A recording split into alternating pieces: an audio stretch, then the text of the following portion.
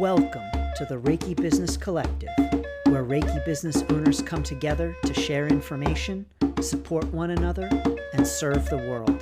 Thanks for joining us.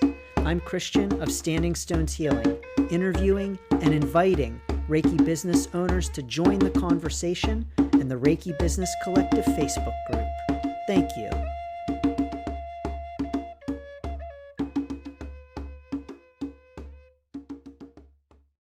Welcome to this episode of the Reiki Business Collective. So honored to have you here and so honored to have with us Scott William Thompson.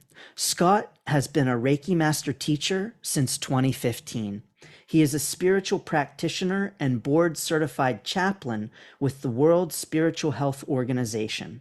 His Reiki business, the Wandering Sage Healing Services, is based in Las Vegas, where he also serves as a part-time chaplain at the second oldest freestanding inpatient clinic in the U.S. And he is here to chat with us about incorporating Reiki outside of our Reiki business. Welcome, Scott. So grateful to have you here. Thank you. Welcome, Christian. Thank you so much for having me on this beautiful expression of you. You are just a light in the Reiki universe. So we are so grateful for you. And thank you for giving me the opportunity to share a little bit about my Reiki journey. Oh, thank you, Scott. It is an honor for sure. So, Scott, please do, before we jump into talking about incorporating Reiki outside of our Reiki business, please do tell us about your Reiki business. Sure. Well, my Reiki business has really evolved over the years. And I think that's one of the things that I like to share is that do not become attached to the way your business is supposed to be, because you will be given curves and turns constantly.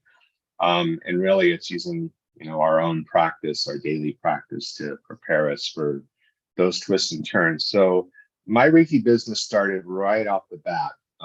I had ended up becoming a Reiki master teacher. I got trained with the International Center for Reiki Training with Laurel and Michael Bayard in Sedona, Arizona. Beautiful beings, beautiful training, beautiful experience. And I had already made connections with an interfaith chaplain and a crystal procurator. And we decided to get together and open up a center. And so we just went right off the bat, and that lasted about 4 months. There was some personal things that happened, and my mother died during that time. And it was a very, very traumatic experience in trying to maintain a business and trying to process grief, process feelings, emotions, and eventually everyone just kind of went their separate ways. So, and then I got very sick after that happened. I ended up coming down with congestive heart failure. I myself was getting ready to become put on hospice. And so I didn't do Reiki for a while until one of my teachers, who taught me Reiki 3, because I needed to test the waters before I wanted to go to master teacher class.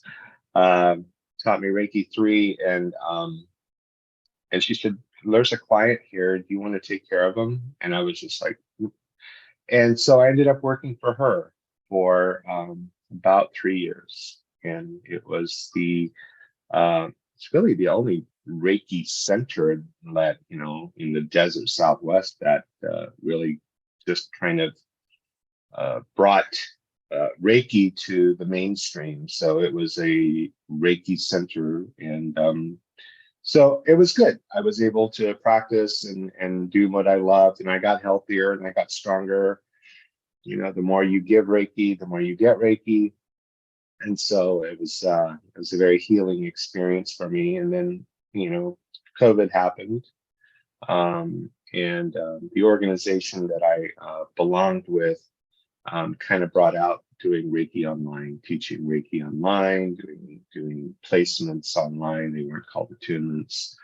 And it was a way to stay afloat, It was a way to reach out to people and to help them during a very traumatic time. Because if you are a if you're an introvert, you thrive during that time. But if you were an extrovert, you are having some serious difficulties in trying to, learn how to live differently for a period of time. So I did online Reiki for a while, but for me, it really, I'm always the vessel. That's the one thing that I always like to mean. I am just the vessel. Reiki just flows through me. I don't do anything to control it, manipulate it, as we all know. We're just the channel for the energy. But I didn't feel like I was making a connection to my clients. So I stopped and I took the plunge and opened up the Wandering Sage Healing Services back in 2021. I invested into a really cool aura photo machine, so I had a different stream of income coming into my business. And so I offered aura photos to people who didn't have any inclination to have Reiki. So, and it's had its ups and downs. It's like its leaves ins and outs. I have an office mate who's a great hypnotherapist, and right now she's looking to open up a healing center, and she wants me to oversee the training and wants me to oversee, the practitioners that are coming in and really turning it into a place to support new Reiki practitioners, new Reiki people, to give them some support and not have to pay an arm and a leg right away to come out the bat and develop their Reiki skills and help others. So that's my Reiki journey for right now. Wow, Scott, thank you for sharing with us. And I love that you added for right now, because of course it is always evolving and changing and evolving even in ways that we don't expect or guess at. And so it really is an ever growing kind of thing. So thank you so much for sharing your Reiki business journey with us, and emphasizing that just unfolding, and you just don't know how it might unfold and what to expect kind of experience, because the vision we might have for our business when we first start out is something that grows and changes as we grow and change. And so always our business is growing and changing as well. So thank you so much for sharing that, Scott. Sure. So, Scott, can you talk to us about this idea of incorporating Reiki outside of our Reiki business? Yeah, wow. That's such a, and it really, in the beginning, it was Reiki and meditation. I don't know if you remember. Um, I think it was back in maybe 2010, 2011. Oprah Winfrey did this 21-day meditation challenge with Deepak Chopra. And I remember I was nowhere near the person that I am today as I was then. I was very high strung, very nervous, very anxious. And so I thought I would try that out. And I did that 21-day meditation and I felt better. And I started feeling, this was before Reiki. And I started feeling better. I started, like, oh, I kind of like this. And so I took that all the way simultaneously as I was taking my Reiki journey, taking my meditation journey, and them two kind of merged together. I ended up becoming a meditation teacher with David G. And so those two kind of intertwined, but here's the twist. I belonged to an organization called the Centers for Spiritual Living, and I became what's called the licensed practitioner for them. And really, it's I just call it a divine space holder. And we had our tragedy here on October 1, where 49 people were killed in the shooting of October 1. And my mentor at the time was called to just go to a hospital and sit and pray with victims and families, and if we were able to get in, well, long story short, I was able to get in, and I sat with a man who was told his girlfriend had died. And I'm going to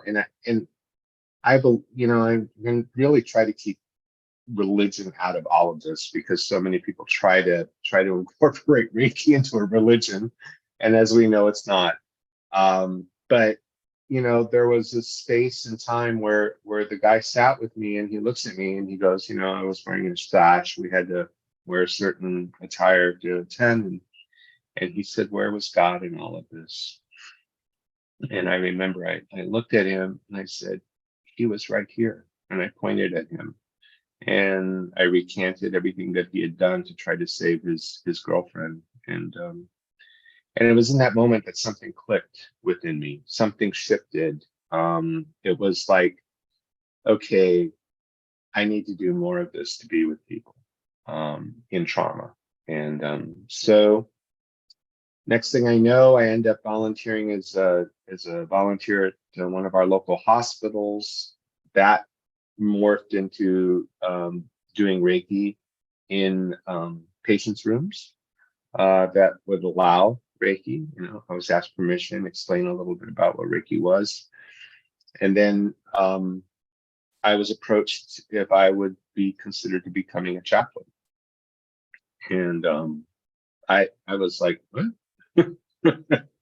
Isn't that, don't you need to have belong to a faith, and don't you need to belong to a certain religion, or don't you need to be in the military for that? It was like I was taken aback, but you know what? I sat with it, and it was a big commitment.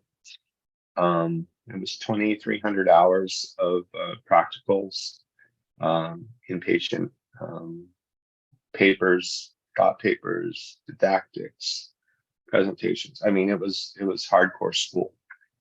Um, and then I found my way to hospice, and I ended up becoming a chaplain for a hospice company, and I will tell you, that experience alone really ended up strengthening my Reiki. And I guess the way that I can describe by strengthening my Reiki is that every person that I was with um, didn't struggle when they passed. It was almost as if it was a gentle, non-eventful experience. And I was always with them, sending Reiki, um, holding the space for the families. And, you know, 10 years ago, that would never have been me. I was absolutely petrified and scared to death of death. And now it's become, as for me, as conscious as birth. It's that life force that kind of propels us to move to the next expression. You know, because death is not the end. I know that.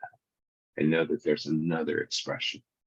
Um, so Reiki uh, led me through all of these pathways. I had no intention ever of doing any of the stuff that I'm doing now. I was a car sales manager for a Fortune 100 company for 12 years before I was called away from that. It was killing me, and before I was called away to hear this word in the wind called Reiki, and so I was sitting in a medicine wheel in Sedona by a shaman who was doing a shamanic ceremony with me, and I heard the word Reiki in the wind, and I asked him, I said, what does that mean? What is that word? What did you say to me? He goes, I did not say anything to you. And I said, well, what is that word? He goes, what did you hear? And you know how we say about our Ricky, Rocky, Roki.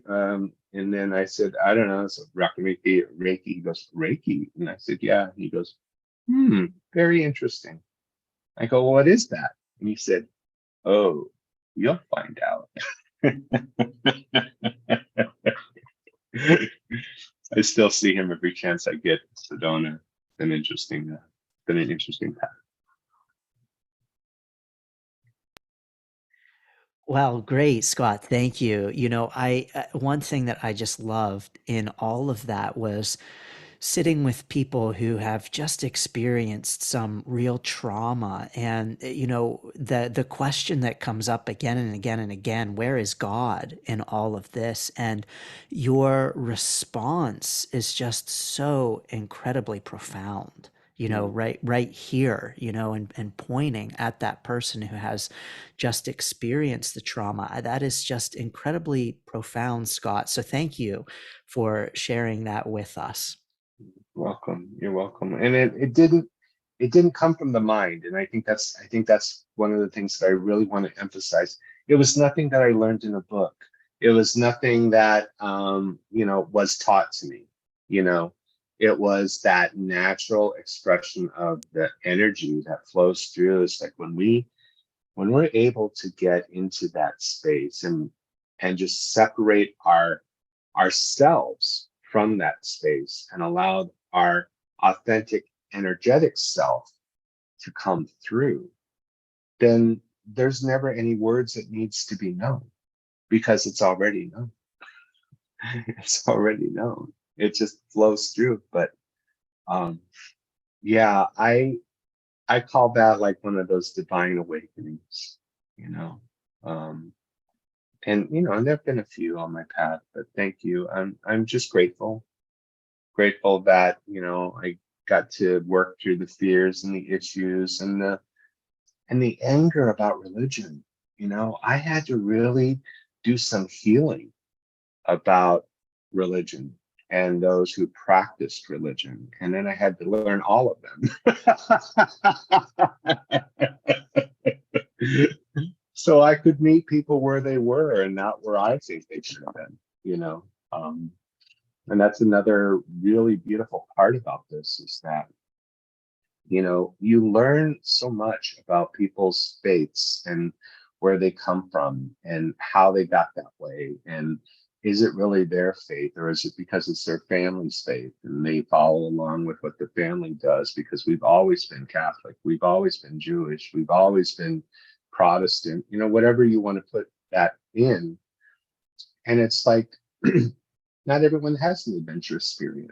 you know some people like just being, what was the saying, um Jello. There was a line from Julia Roberts' movie, I think it was My Best Friend's Wedding. It's like, it's okay to be Jello. you know People like Jello. It's consistent, it doesn't change, it's always Jello.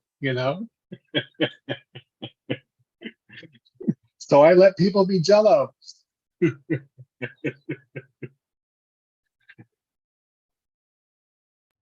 Well, that's great, Scott. Sending blessings to be in the jello. Although I do have to say that when I was a kid, I did not like jello. I did not like the consistency. And so I still do not like jello. But however, I appreciate the metaphor there and I agree with it. Were you a pudding guy? Did Oh, you like yeah, pudding? definitely pudding. Yeah, for sure. Given the choice between the two, my whole life I would choose pudding. That's great. Well, pudding was beautiful. Yes.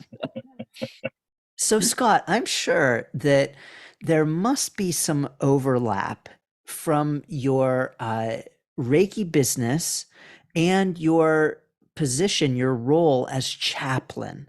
Can you Mhm. talk to us about that overlap and how each of them maybe inform the other? Sure. Um, so I'm going to start back to when I was working for the Reiki Center here in Las Vegas. They would get calls for people that says, could you send someone who does Reiki to a hospital because so and so is dying, or my mother is really sick. Can you send a Reiki practitioner to our home? And I and I was doing those because it was and is a large business here. It's a prominent business here in Las Vegas, and it's well known because she's been in business for quite a while. So there's some truth to longevity. But she would always ask me if I would like to go to, the hospital or go to the person's home, because she knew that I was comfortable in doing, what it was that needed to be done. And I think the crossover is that when Reiki is guiding you, and and it's like, we go into our precepts, we go into Gasho, we take those breaths, we just be still for a moment. There's no real impulsiveness that happens. It's just like mm, it's just like a flow, I guess is the best way to describe it. It's just like a flow of knowingness. It's just like I know that gravity is holding me up right now. I just know it. It's not like I got to think about it.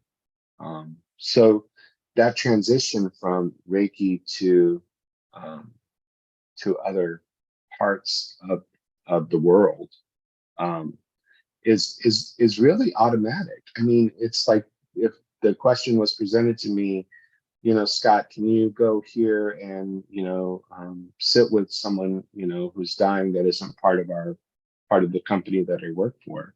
You know, I would sit for a moment and I would go with it, and then I would either get a yes or I would get a no.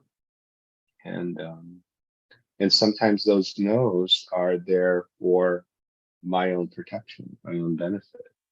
There are some times where we can go in with armed with Reiki, but life is life, you know, and there are people that have some challenges, and especially if we're dealing with mental illness, it's a very real thing, and people who are mentally ill are just like anyone else, just like you've got cancer or you've got heart disease or whatever, you've got mental illness.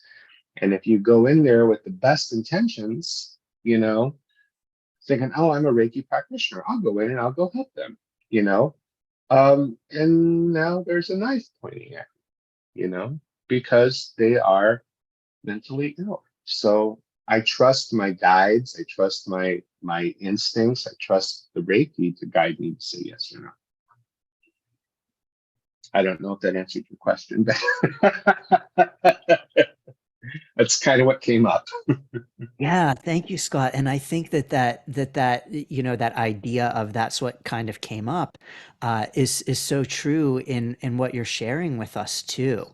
This idea that sometimes on our Reiki journey, especially in our Reiki business, there may be times when it's a no, and it's for our benefit. And in that moment, it may be like, let's say, for instance, a client that we think someone is going to schedule with us, and then they don't. And it's like, oh man, what the heck? It's a no. But the no is not necessarily the wrong thing, Right, right. Yes, yes. And that indeed there are things working on levels that we just don't even realize. And so while we can be frustrated with the no in our Reiki business, it's I think really helpful. What you're saying is that it's not a bad thing. Oh, no, it's not.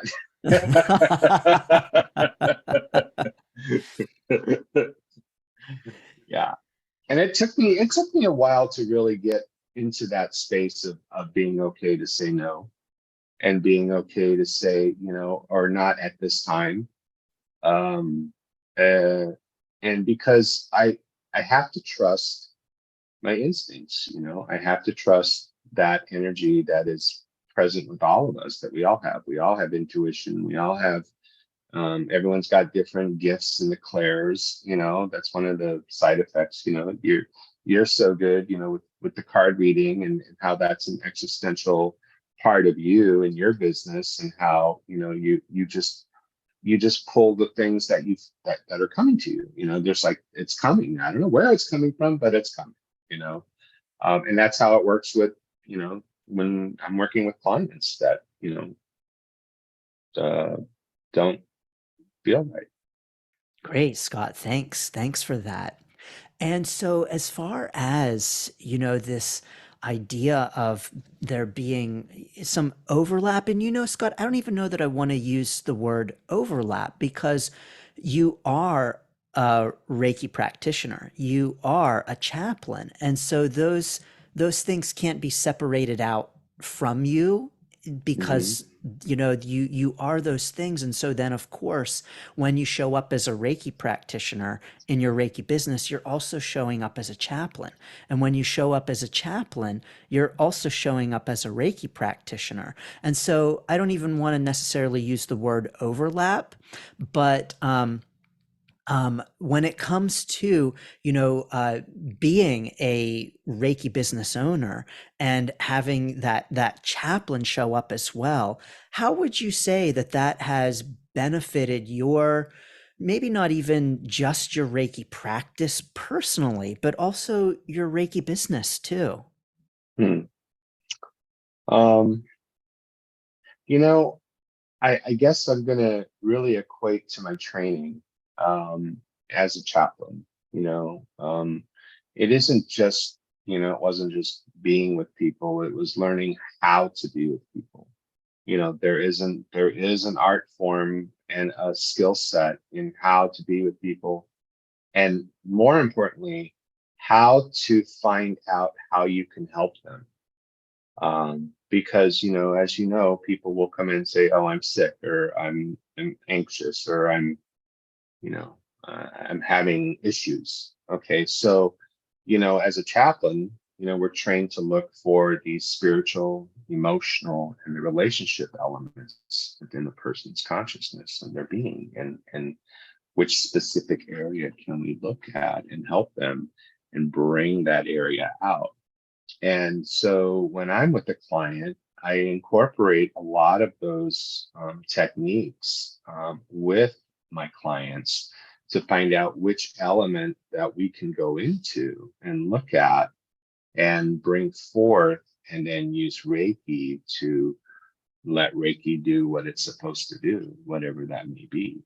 And so, um, I think the big takeaway is that when you're doing a consultation with the client, and you keep it very basic, but once they've stepped into my office, you know um it's that chaplain part of me that's guided to say, so what brings you in today? And then when they tell me what brings you in today, I'll say, so tell me more.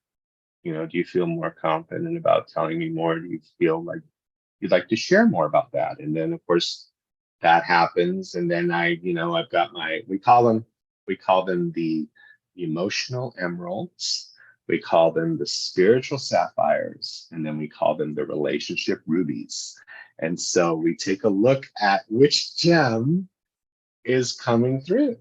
And 9 times out of 10, it's the emotional emeralds that are just shining through. I'm scared. I have anxiety. I have PTSD. I have nervous condition. I have panic disorders. I have, whatever they have, you know, is looking at that emotional part that fuels those conditions. And guess what?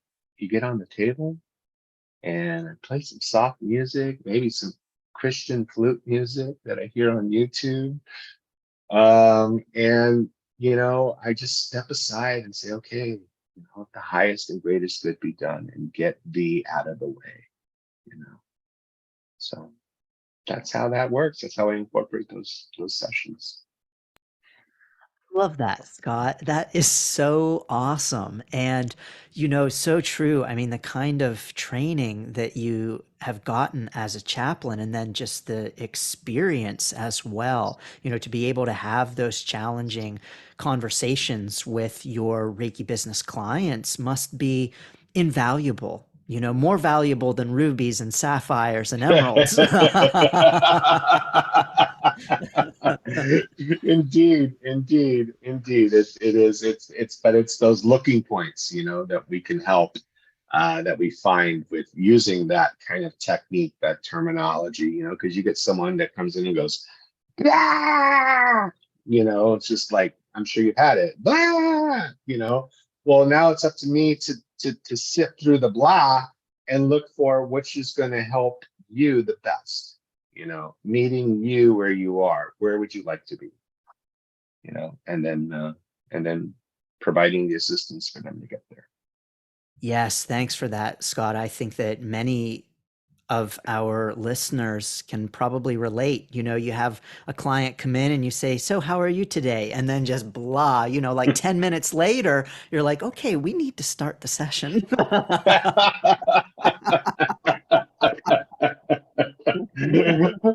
We're gonna skip the dialogue. Let's just get on the table. Right, exactly.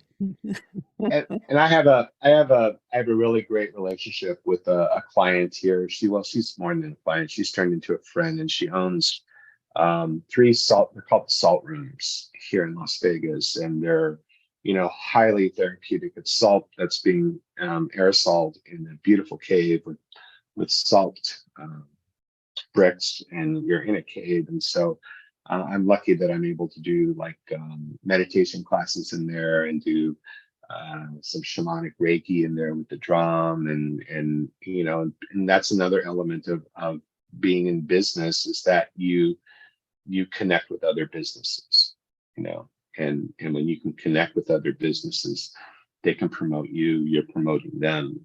It's a great partnership. So I think that's important. I felt guided to share is that, because I know people struggle. I struggled, in to some aspect, I still struggle, with, I want X amount of clients every week,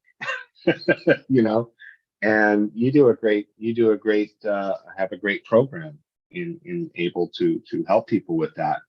And I'm going more into the business element, as well as moving into navigating with other businesses and seeing to developing some partnership. But I'm so busy with the other aspect of my life that it's been kind of challenging. So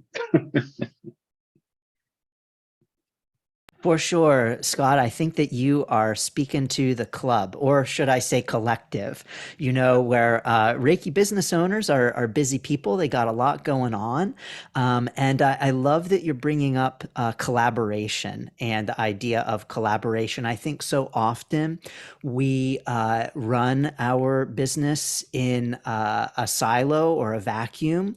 And we are, I know that there are thousands of Reiki business owners out there who are by themselves doing their own thing, and maybe even in a sense disconnected from other Reiki business owners and even Reiki practitioners. And so, collaboration is a beautiful, wonderful thing. So thanks for bringing that up. Scott, I don't know, do you feel called to say anything further about collaboration? I think it's just important. I think, in the beginning, when I first, became I'm a Reiki master teacher, and we're going to do things my way, and I'm going to run it this way, and I'm going to do that. I set all those perimeters and guidelines. It's just like, really, Scott, do you control your Reiki? It's like, no, I have to have these conversations with myself. Do you control your Reiki? No, it just flows. So why isn't your business doing the same? Why are you not allowing opportunities to come forth? And maybe even putting myself out there to say, going to like a massage studio, or there's a acupuncturist I worked with, and asked if they would like either A, to learn Reiki, or two, if they would like me to provide Reiki for their clients while they're getting acupuncture. And that lasted a few times. Or a chiropractor. There's lots of chiropractors, and I partnered with another chiropractor one time and said, have you ever thought about bringing Reiki into your business?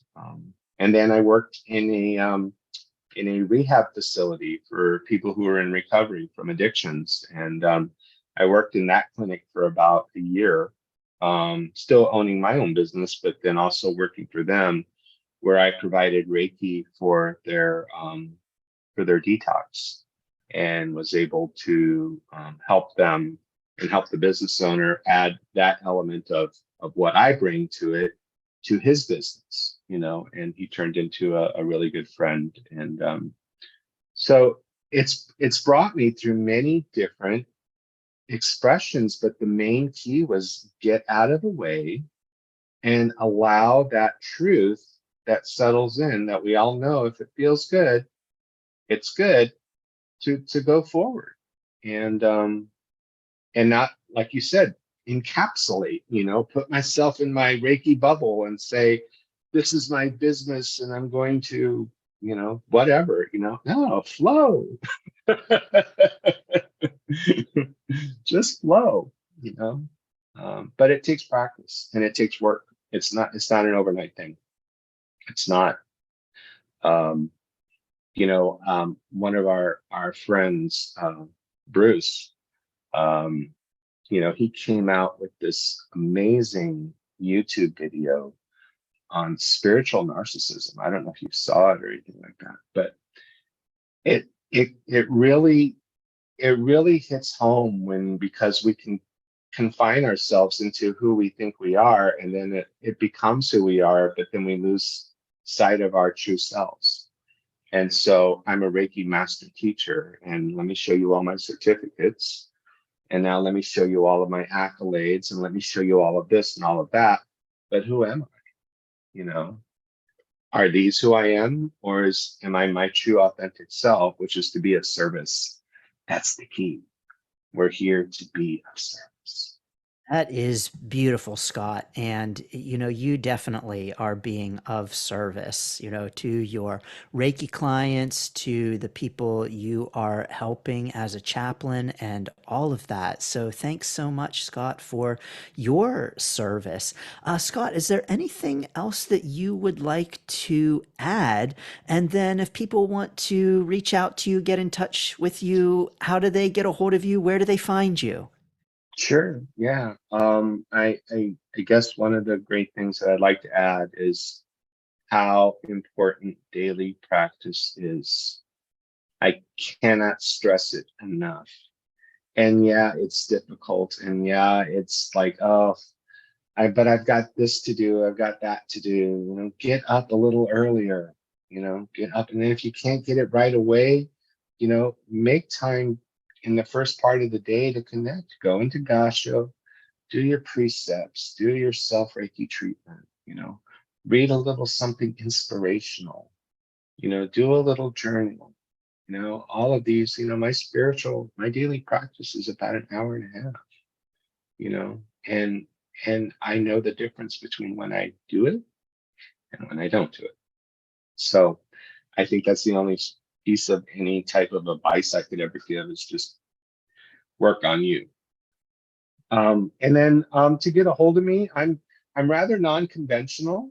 I've done all the website. I admire you so much, Christian. I truly do.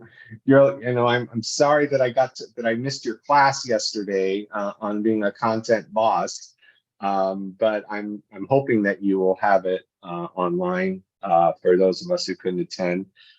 Because God bless you. That's just the one part of me that I did the website, I did everything. And so really the best way, and really the only way to find me is, on Facebook and on Instagram. But on Instagram, thanks to you, I discovered Calendarly. So, you can actually book a session with me on Instagram. And so my Instagram is the Wandering Sage LB. That would be the best way to get a hold of me. That's great, Scott. Thank you so much. And we will have that down in the notes below so people can click on that link and check you out and connect with you there. So, Scott, thank you so much. It's been great chatting with you. Great to learn about your journey and to get your tips for incorporating Reiki into our own lives outside of our business, especially that very important daily self practice that isn't always easy to keep up with. But, oftentimes anything worth doing is not always going to be easy to do. That's right. That's right. Because if it Yeah. was easy, everybody would be doing it. Yes. Yes. Yeah. Yes. So, Well, Scott, thank you, thank you. Christian. Yes, thank you so much. It's been an honor to chat with you. And thank you all for listening. It is, as always, an honor to have you tune in to the Reiki Business Collective, sending lots of blessings and best wishes to your Reiki business.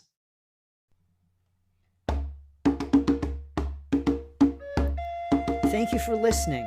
Please like, subscribe, share, and join in the conversation at facebook.com/groups/Reiki Biz, B-I-Z.